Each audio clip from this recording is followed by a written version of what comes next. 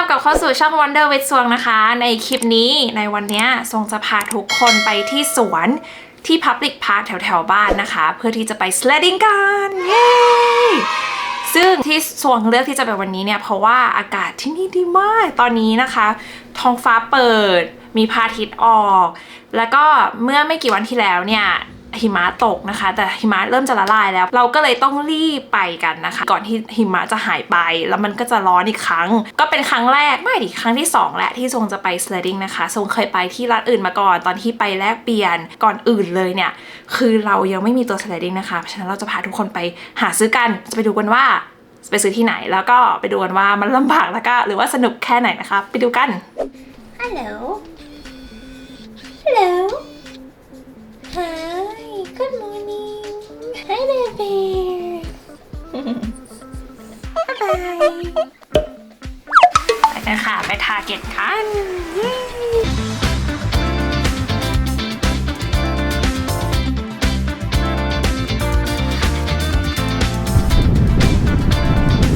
มีคนไม่ได้กินกาแฟตอนเช้านะคะตอนนี้ก็คืออารมณ์เสียมากเข้ามาที่ทาร์เก็ตก็ซื้อกาแฟก่อนเลยแล้วกัน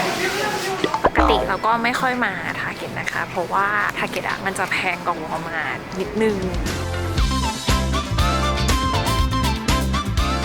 เฟลจ้าไม่มีขายแล้วเพราะว่าช่วงนี้หิมะตกเยอะทุกคนก็เลยมาซื้อกันกว้านซื้อกันไปหมดเลยเดี๋ยวเราจะไปที่ต่อไปกันเพื่อไปหาดูว่ามันจะมีไหมไปกันจ้าโลเคชั่นที่2หวังว่าที่นี่จะมีนะเจอแล้ว So small. You're gonna be fitting on this? This is big. What do you mean? That you want the big one?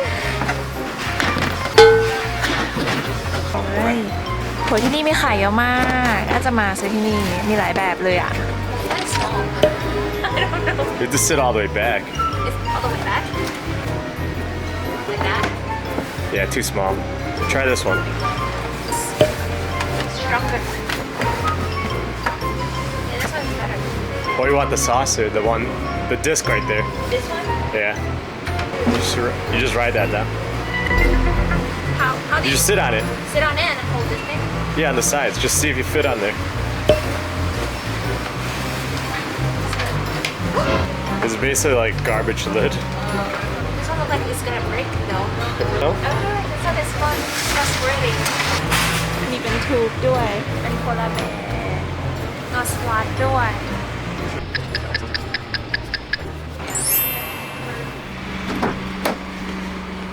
ได้เวลาเอาขึ้นรถจ้า Fits. ไปน้องสล็อตขึ้นไปด้วยแล้วก็กลับมาบ้านกันก่อนนะคะเพื่อมาเติมลมน้องสล็อตนั่นเอง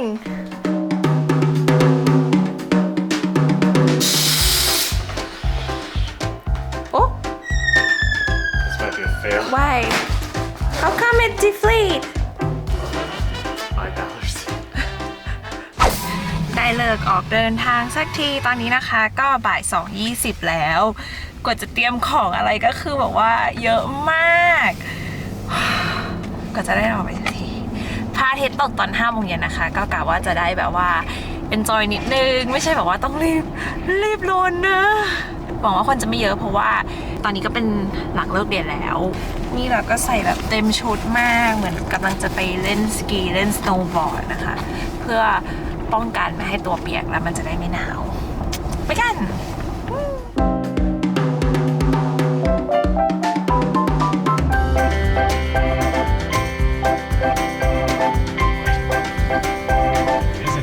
ข้างหลังนี้นะคะก็เป็นที่ sledding นะคะก็เราก็มาถึงกันแล้วก็มีเด็กๆเยอะอยู่เหมือนกันนะแต่ก็ไม่ได้เยอะขนาดนั้นเดี๋ยวไปเอา sled กันแล้วก็ขึ้นไปข้างบนกันเถอะค่ะมันต้องปีนขึ้นไปไปกัน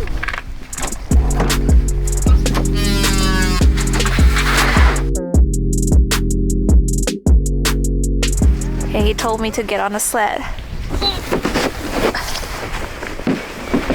Go ค่ะ I'm Pull. training for the Amazing Race. Hire us, Amazing Pull me Race. ค่ะ The sled The sled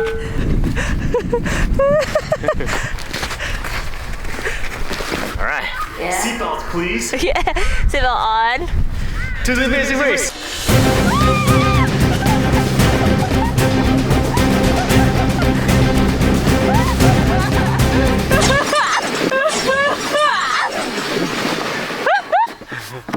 go to the gym today.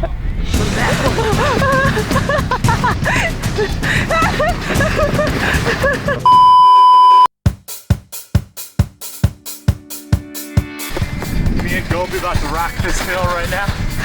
Stay tuned. Ready? Yeah, I think One, so. two, one, two.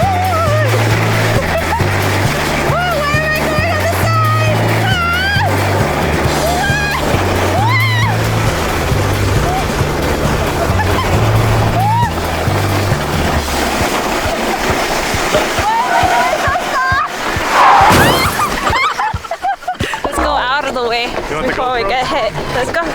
That was so fun. I thought it was gonna be scary, but it's not. No, How I about told you. How come I come on the sideway like that? I don't know. ไปกันรอบที่สองคราวนี้ต้องไปให้เร็วกว่าคราวก่อนนี่โคตรช้าเลยแล้วเด็กไปกันเร็วมาก Hi Are you guys YouTubers? Yeah you wanna be in it You wanna be in the YouTube Hi เด็กมาถามรอบสองเด็กน่ารักมากนี่ Let's go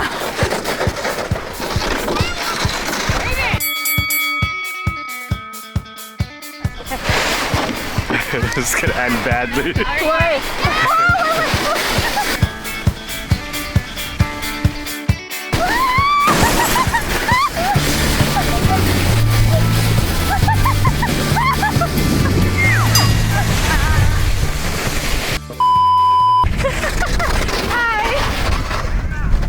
That was fun We can do this one. Then you jump on it. Careful, you Okay, Okay, ready? let's go.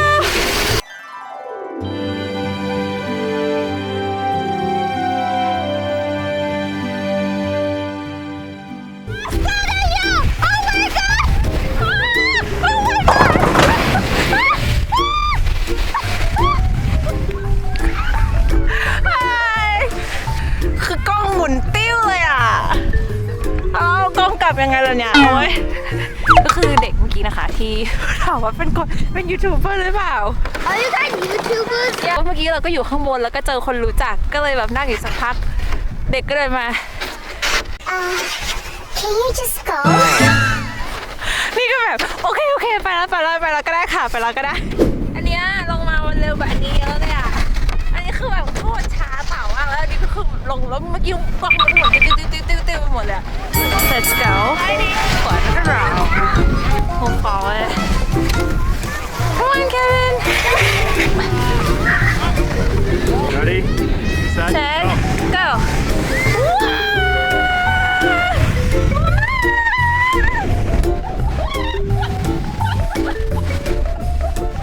เควินอยู่ตรงนู้นนะคะ ลงมากับตัวสีดำแล้วมันลงมาช้ามาก Let's go for our final round Let's begin our final round You see the slut face One. 2 3 Let's go You gotta lean back.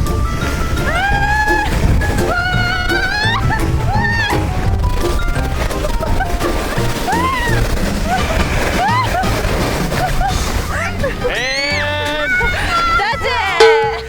แล้วก็จบไปแล้วนะคะกับการ sledding วันนี้ก็คือสนุกมากตอนนี้หน้าแข็งไปหมดเลยไม่สามารถพูดได้อะแต่ว่าส่วนมากคนที่มาที่ก็จะเป็นเด็กกว่าเลยคือเราก็เป็นบ้าๆบอๆได้เลยที่ไม่ต้องแคร์ก็ถ้าเกิดชอบคลิปนี้นะคะก็ช่วยกดไลค์อย่าลืมกด subscribe ด้วยแล้วก็คอมเมนต์นะคะให้เป็นกำลังใจให้ซวงหน่อยซวงพยายามทำคลิปออกมาน่ารักอะไรแบบนี้ต่อไปนี้ก็จะมีคลิปอะไรแบบนี้เยอะมากขึ้นนะคะก็คือกับไปเที่ยวแถวๆนี้แหละแล้วก็ให้ทุกคนดูว่าชีวิตที่นี่เป็นยังไงนะคะก็เดี๋ยวเจอกันคลิปต่อไปรักทุกคนนะแล้วก็ขอบคุณเควินที่พามานะคะเป็นคนที่แบบสู้มากสำหรับวันนี้แบบไปซื้อสเลดด้วยกันทางที่นายก็คือเหนื่อยไม่อยากทำอะไรแบบนี้แต่ก็วันนี้ก็สนุกมากเลยค่ะบ๊ายบาย